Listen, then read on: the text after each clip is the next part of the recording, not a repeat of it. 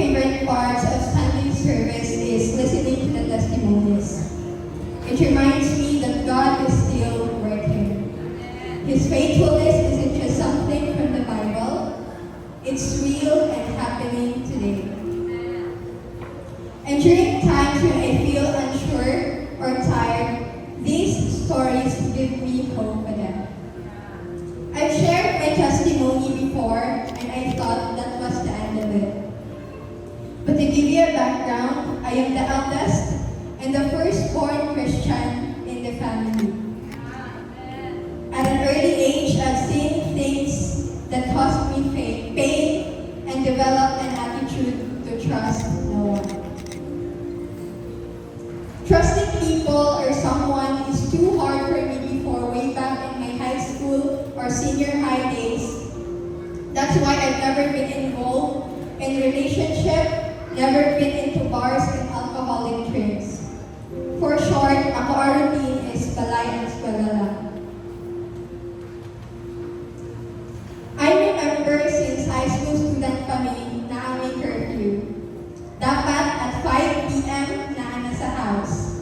Kung wala ka, that means you're doing extracurricular. Our parents raised us with good behavior and manners. They taught us how to respect others and everything.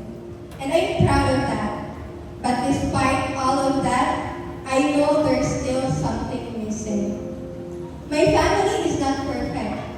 There are a lot of times na ang younger year, nalairang, madungog, or makita ang parents na mag-away and worse, makisgot ng magulang. That's why na-build sa ako ang decision before na I don't want to build a family. Up until dituloy ko ni Ate Carla, and she shared me the word, and I received Christ as my Lord and personal Savior on March 15, 2018 at 6:05 p.m. My journey is not perfect, but to sum up the story, here I am now. All the challenges I've been through were just training points to help me unleash my full potential in the Lord. In Isaiah 43:19, NLT version, for I am about to do something new. See, I have already begun. Do you not see it? I will make a pathway through the wilderness. I will create rivers in the dry wasteland. In my journey, God really moves in a mighty way in my life. And one of it is attending the conference in Manila in year 2023, 2024, and now in 2025. This has been a dream before that I thought joining once is enough. But the more I seek, the more gusto ko mag-join again because I want to receive more. Not just that, but I've also experienced the side trip in Baguio. God gave me an opportunity to join in Caraga Regional Conference as one of the dance team. This year was year 2024. I also gave my first fruit in the month of July. And truly, all the glory belongs to the Lord, no joke. Dili tungod sa akong own strength, pero kang Lord ng tanan. Testimony lang akong matel sa inyo. I am also part of the media team na nag-edit sa mga videos and also nag-take of pictures. I'm also honored to volunteer as a teacher in the kids ministry. I also invited my siblings and cousins here in this training and declared that me and my family will serve the Lord.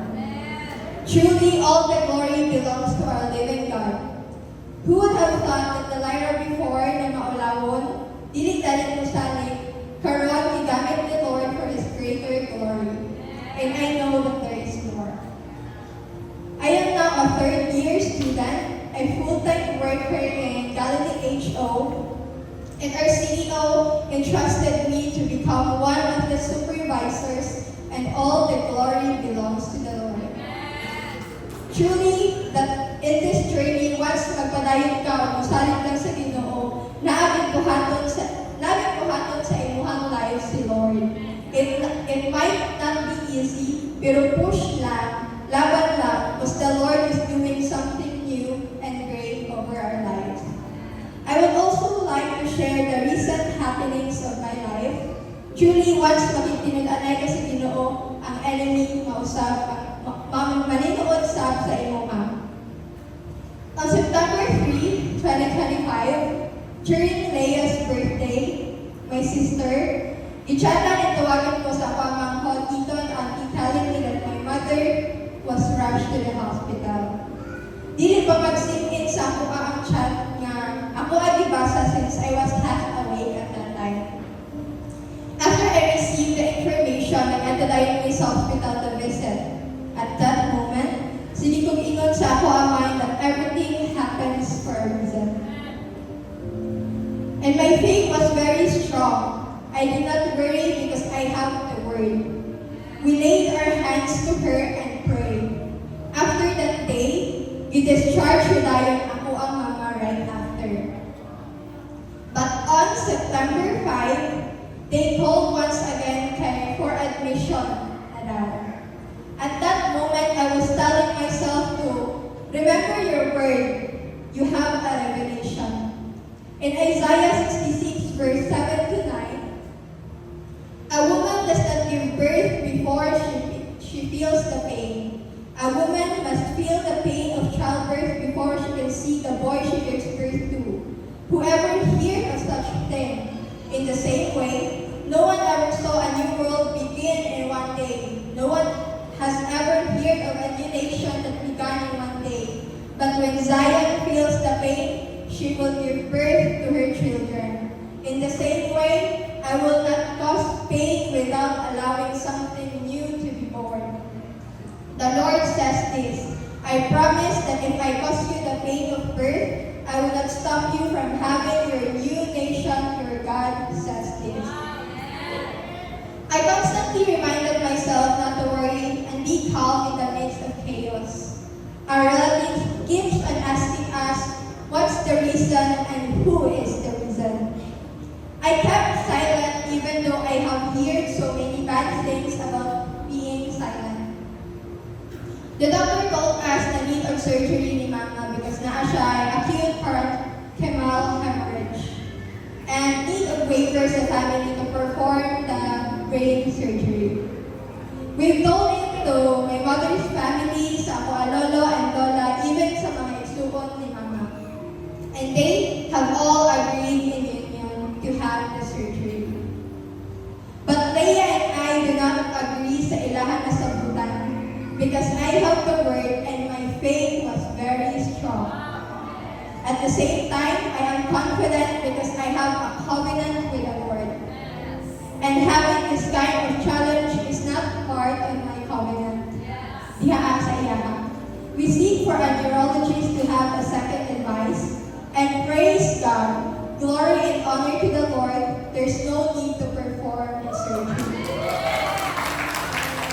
Truly, the Lord is doing something new in my life. I really believe na tanan na hitabo sa akoan na ay purpose. Every struggle, delay, closed door, or breakthrough, dili saya.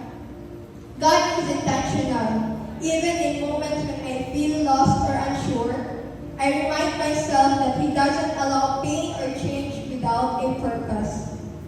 Every season, whether full of joy or full of tears, has something He wants me to see, learn, or unlearn.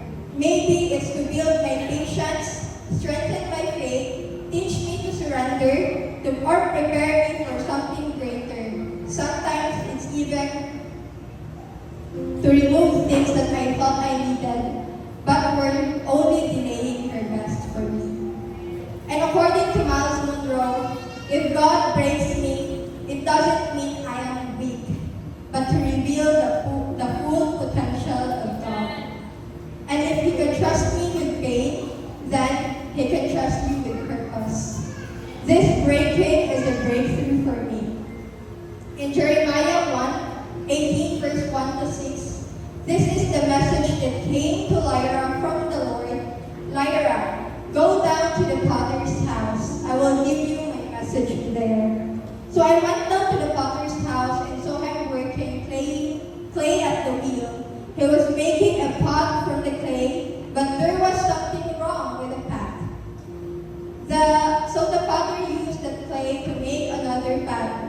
With his hands, he shaped the pot the way he wanted it to be. Then this message from the Lord came to me. Family of Israel, you know that I can do the same thing with you. You are like the clay in the potter's hands, and I am the potter. This message reminds me that God, like the potter, is shaping me even when I feel broken or imperfect. Instead of giving up on me, He patiently molds me with care and purpose. It's a reminder to trust His process, knowing He is guiding me to become the person I'm meant to be. He is pruning, positioning, molding, and preparing me. That's why I've learned not to rush the process. Instead, I choose to trust the one who sees the full picture. Because if it came from Him, whether it's a lesson, a waiting season, or a blessing, I know it's for my own good. God is doing something new. I may not see the full result yet, but I believe the outcome will be beautiful in His time. In Isaiah 61:7, instead of shame and dishonor, you will enjoy a double share of honor. You will possess a double portion of prosperity in your land, and everlasting joy will be yours. And also in Isaiah 62:2-4, the nations will see your righteousness. World leaders will be blinded by your glory. And you will be given a new name by the Lord's own mouth. The Lord will hold you in His hand for all to see a splendid crown in the hand of God. Never again will you be called the forsaken city or the desolate land. Your new name will be the city of God's delight and the bride of God, for the Lord delights in you and will claim you as His bride. This is just an introduction of my story, and to God be all